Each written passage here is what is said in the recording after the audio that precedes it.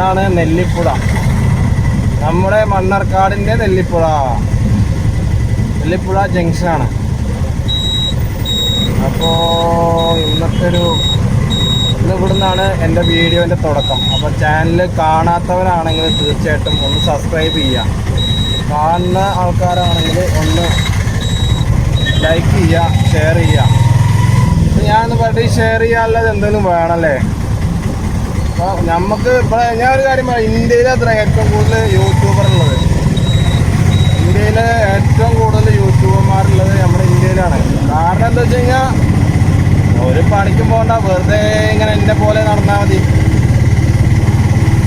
ശരിക്കും ഏറ്റവും കൂടുതൽ കേരളത്തിൽ സമയം വെറുതെ പാഴാക്കി കളയുന്ന ആരറിയോ? നമ്മുടെ ഓട്ടോറിക്ഷ ഡ്രൈവർമാരാണ്. കാരണം ഇപ്പോൾ ആരെങ്കിലും വിളിക്കും എന്നുള്ള പ്രതീക്ഷയിൽ ഇങ്ങനെ ഇരിക്കുക.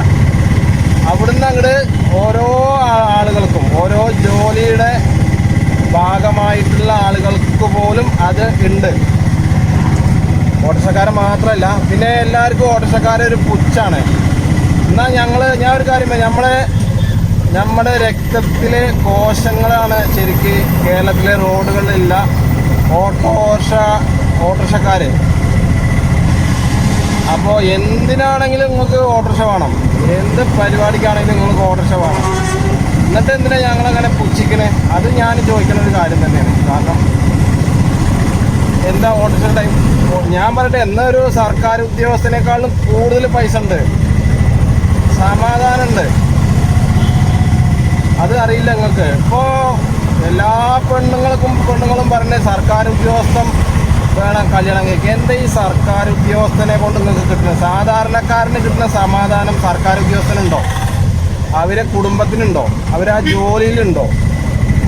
അതൊന്ന് പറഞ്ഞു തന്നാൽ മതി. ഈ പെണ്ണുങ്ങൾ എന്തെങ്കിലും ഈ സർക്കാർ ഉദ്യോഗസ്ഥന്മാരെ പിടിച്ചിട്ടിപ്പോൾ ഞങ്ങൾക്ക് കിട്ടുന്ന സമാധാനം, ഞങ്ങൾക്ക് കിട്ടുന്ന പിന്നെ ശമ്പളമൊന്നും ഈ സർക്കാർ ഉദ്യോഗസ്ഥന്മാർക്ക് ഇല്ല കേട്ടോ.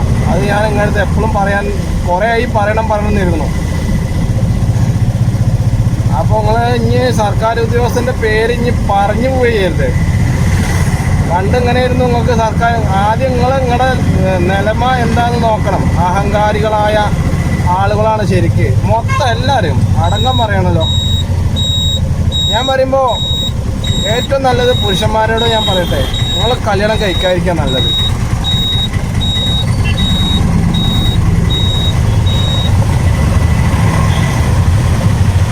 ഇന്നിപ്പോൾ ശനിയാഴ്ചയാണ്. അപ്പോൾ ഒന്ന് കുഴപ്പമില്ല കേട്ടോ, ഒന്ന് കാര്യമായിട്ട് തിരക്കിന് കുറവൊന്നുമില്ല. എന്നാലും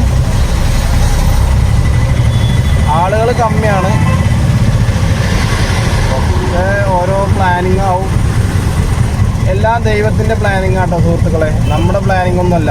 ഈ വണ്ടികൾ നിങ്ങൾ കാണുന്നതും ഞാൻ പറയണതും പിന്നെ ഒക്കെ ദൈവത്തിൻ്റെ പ്ലാനിങ് ആണ്.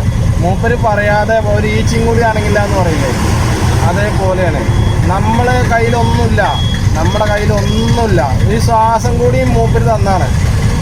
മൂപ്പരെയും കൂടി ബഹുമാനമില്ലാതെ നിങ്ങൾ ജീവിച്ചിട്ട് എന്താ കാര്യം?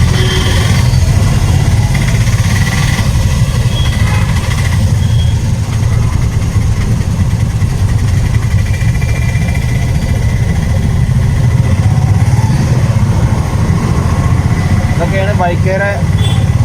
എന്നാലും നമ്മളെ സൂക്ഷിക്കണം എന്ന് പറഞ്ഞാൽ എന്താ അറിയോ? ഇതാണ് സംഭവം. നമ്മൾ തന്നെ സൂക്ഷിക്കണം. എന്നാൽ കുഴപ്പമില്ലാതെ അങ്ങനെ ജീവിച്ച് പോവാം. എന്താ അറിയോ, ഇങ്ങനെ പോകുമ്പോൾ ഇൻഡിക്കേറ്റർ ഇട്ടില്ലെങ്കിൽ ബാക്കിൽ വരുന്നവന് പണി വരും. ആ ബാക്കിലത്തെ ഒരു ഇൻഡിക്കേറ്ററിൻ്റെ ലൈറ്റ് കത്തുന്നില്ല. ഞാനിപ്പോഴാണത് ഞാൻ നോക്കിയപ്പോഴാണ് ശ്രദ്ധിച്ചത്. ബാക്കിലുള്ള ആൾക്കാർക്ക് അങ്ങനെ പ്രശ്നമുണ്ട്. കാരണം ചിലപ്പോൾ ഇന്നേക്കാളും നല്ല ഡ്രൈവറാവാൻ പേരുണ്ടാവുക, അല്ല ശ്രദ്ധിച്ച് വാഹനം ഓടിക്കുന്ന ആളാവാൻ പേരുണ്ടാവുക. അപ്പോൾ അവരെന്താ നമ്മളെ പറ്റി മോശമായിട്ട് കരുതും.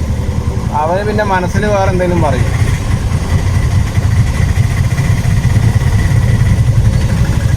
അപ്പോൾ ഇതൊക്കെയാണ് നമ്മുടെ നാട്ടിലത്തെ ഓരോ സ്ഥിതിവിശേഷങ്ങൾ.